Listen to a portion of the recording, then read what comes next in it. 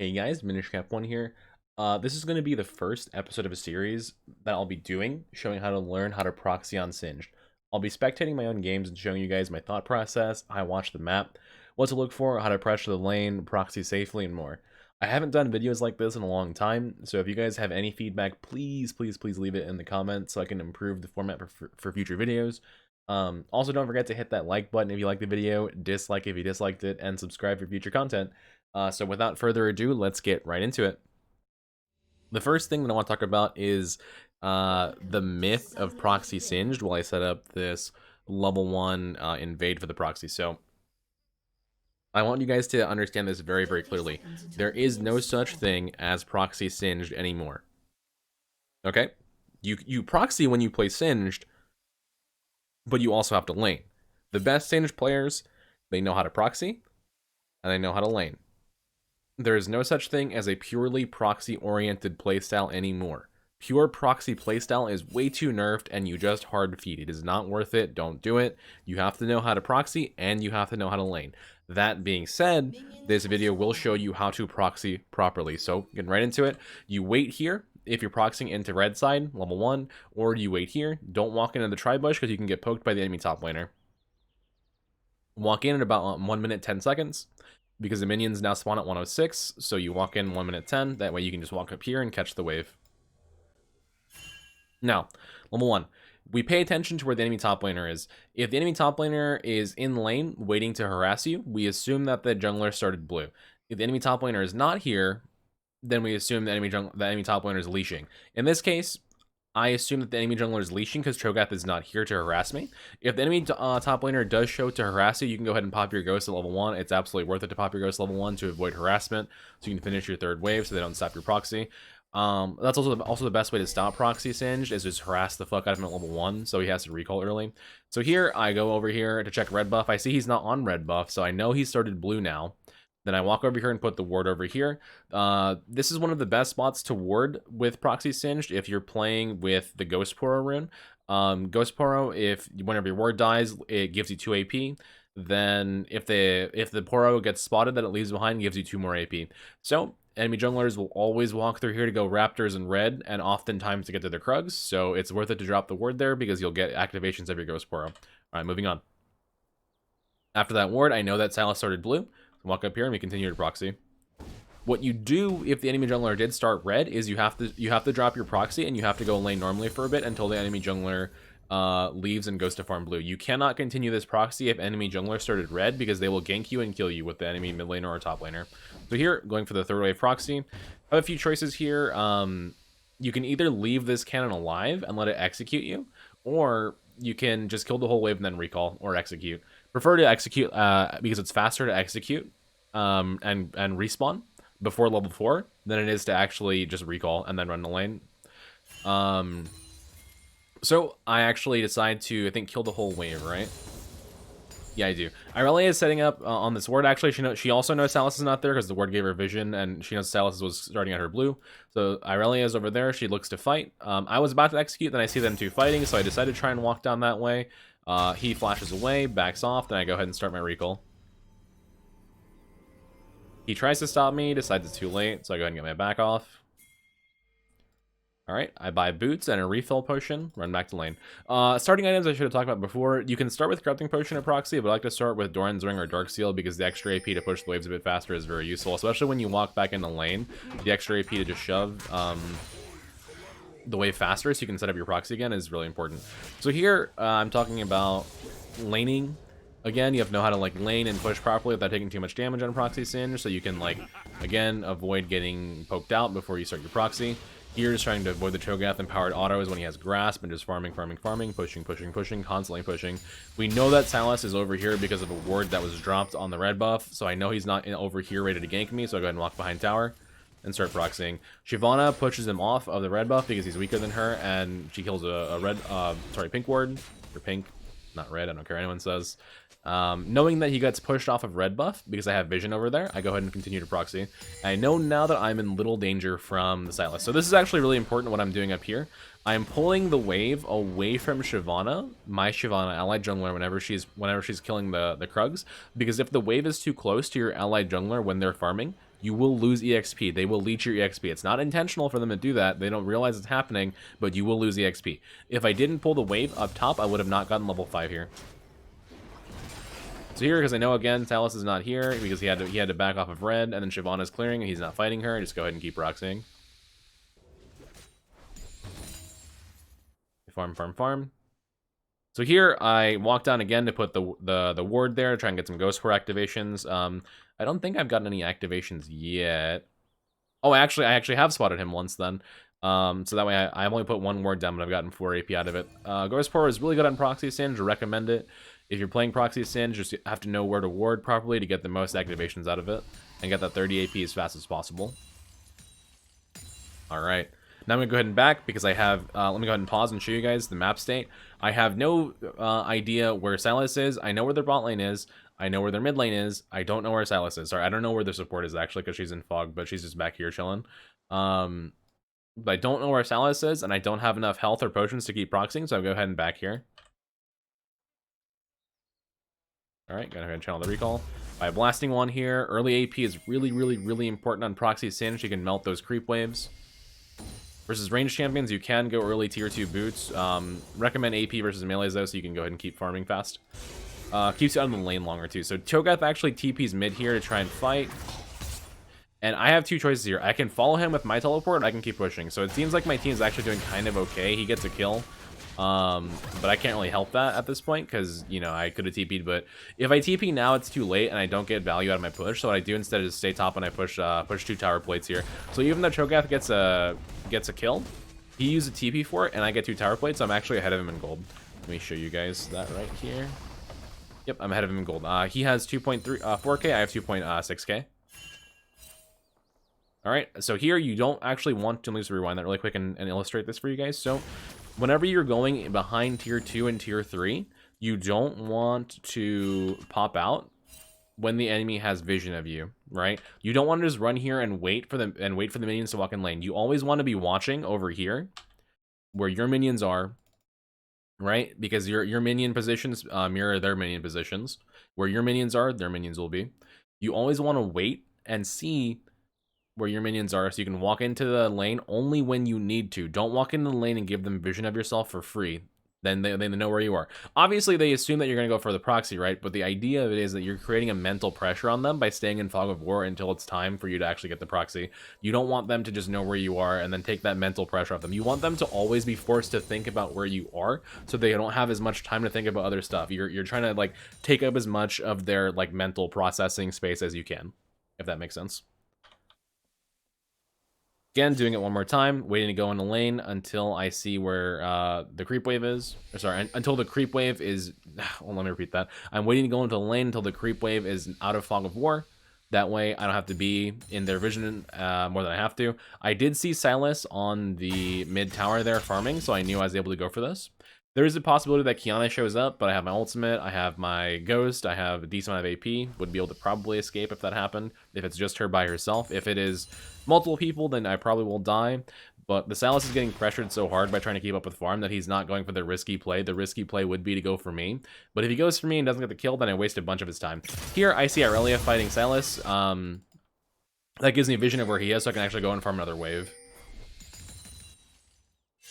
And I go ahead and go for the recall here after putting another ward here. Let's see how many stacks of Ghost Core I've gotten. I have spotted 2 enemies and spawned 2 enemies. That is 4 procs, 8 AP total. Really good. 8 AP is pretty good early game. Buy more components for Demonic Helm. Let's go top and start pushing again. Disclaimer, we did lose this game, even though I was like miles ahead of Cho'Gath and making really big plays because of a dumb play by my mid laner. That happened, but it doesn't really matter. The idea of the proxy is still the same, and I'll show you guys what it means, like when you have to rotate and stuff like that. So again, we saw Sylas on this ward over here, so he is gonna go mid. Sorry, we saw Sylas farming mid, not on the ward. The ward was pinked, unless he pinked it. Let me actually double check that. He did pink it, so I knew he was there because I had vision of him on this ward, right? Then he actually goes mid to farm, so I had vision of him. I know where he is, and I go ahead and keep proxying. Now, so here's how I know that a fight's about to start. 1, the red buff is up, Raptors are up, Krugs are up, so Sylas is going to be on this side of the map. 2, he is engaging on Aurelia here, so go ahead and pop everything they have, Predator, Ult, Ghost. Try and catch the Silas. It doesn't work out. He flashes away. Cho'Gath slows me as well. So I try and disengage here. Now this is big, right? I have two choices here. I could leave and run away, or I can go back around and try and debate them. I thought it was a bad play because Irelia didn't like follow me initially, but then she actually comes back and follows me. So she's waiting for them to actually blow cooldowns on me. I end up dying here, but I got them all really low, and Irelia just goes for this massive play here and ends up capitalizing off my proxy really hard. Good teammates know how to capitalize off your proxy, you know? Shyvana grabbed Dragon. Irelia got a double kill up here off my proxy, so we're just skyrocketing ahead of everyone at this point because of the proxy pressure. Buy Demonic Helm, wait for the spawn. Alright, TPing in the lane here. I know that Cho'Gath has no TP because Cho'Gath used it to go mid earlier. So I use the TP here to get pressure. And farm a tower plate. So even though Cho'Gath has a kill and I've died twice, after this tower plate, I'm going to be ahead of him in gold. I still am, but I'll be even more ahead. I have 4.5k, he has 4k. So I'm 500 gold ahead of him by just farming and pressuring the map. Again, don't know where Silas is, so I'm waiting to go into the lane as long as I can. Farming this wave. Shyvana is doing Herald here. We're going to go ahead and farm this wave and then back out. Alright, so I see Silas just getting bottom. That means I know I'm safe to proxy. I'm going to go ahead and put this ward here so I can try and get a Ghost Power proc again. This is something you can do. This is called dirty farming. When you have Demonic Helm or like any decent amount of AP, you can just like tag the Raptor camp and then run away with your poison on, and you'll take all the little Raptors and get a little bit of gold for it. Then I go back top and continue to farm. You can do the same thing with Krugs. You can steal Krugs as well when you're proxy farming. You can do both. Alright, so here this is actually big. This is something that only Proxy Singe can do. So I am behind tier 2 and in front of tier 3. Proxying away. I see Shyvana goes towards mid to get tower plates, and she just got Herald, right? So I can assume that my Shyvana is going to put Rift Herald down. So I can actually do a rotation from behind tier 2 into mid lane, either to gank or to absorb tower plates like this. And after we get this tower first blood, we get more tower plates and just skyrocket ahead of golden compared to Cho'Gath even harder than we already are. And Cho'Gath is just stuck top lane. He even tried to rotate bottom, but then ran back top, so he could just grab that wave, because you know I'm one wave ahead of him at all times. So he tries to walk down, but then he sees like, you know, creep wave. Oh shit, what do I do? And I'm just over here getting tower plates and chilling. All right, I am now 5.4k and he is 4.4k, so I'm 1,000 gold ahead of him now, without having any kills. Alright, buy components. Go ahead and run back top lane. Always watching for the enemy jungler. I know Silas just went bottom. I see him fighting on the map, so I'm going to go ahead and start pushing and proxying again.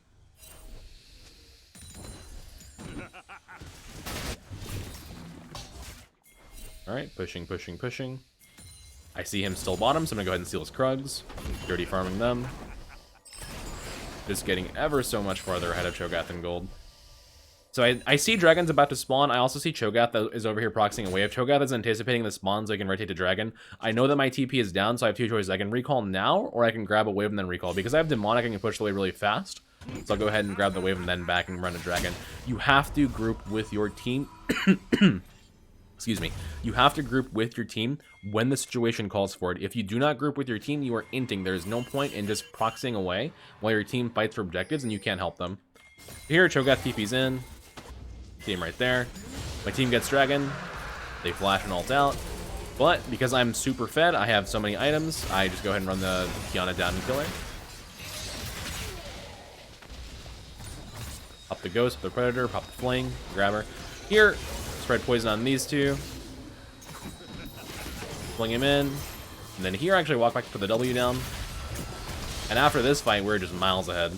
So Cho'Gath, he gets a kill on Shyvana here in a second, but right now I am 7,000 gold and he is 5.7k, so I'm just getting more and more ahead of him. Run mid, farm this. Actually run top and farm this some more. Now this is my mistake. I could have realized that because Cho'Gath recalled late and he doesn't have TP, I could have actually pushed this tower and gotten the gold, but that's a bit of a mistake by me. It does happen. A little bit rusty. But now I have Liandry's Anguish and I have Demonic Embrace. So if Cho'Gath does decide to fight me, I just kill him. Because I have 2 tank trading items and he is a tank. And he has 3,000 health, I have 2,000 health, he would just die. Also, I think I level up here.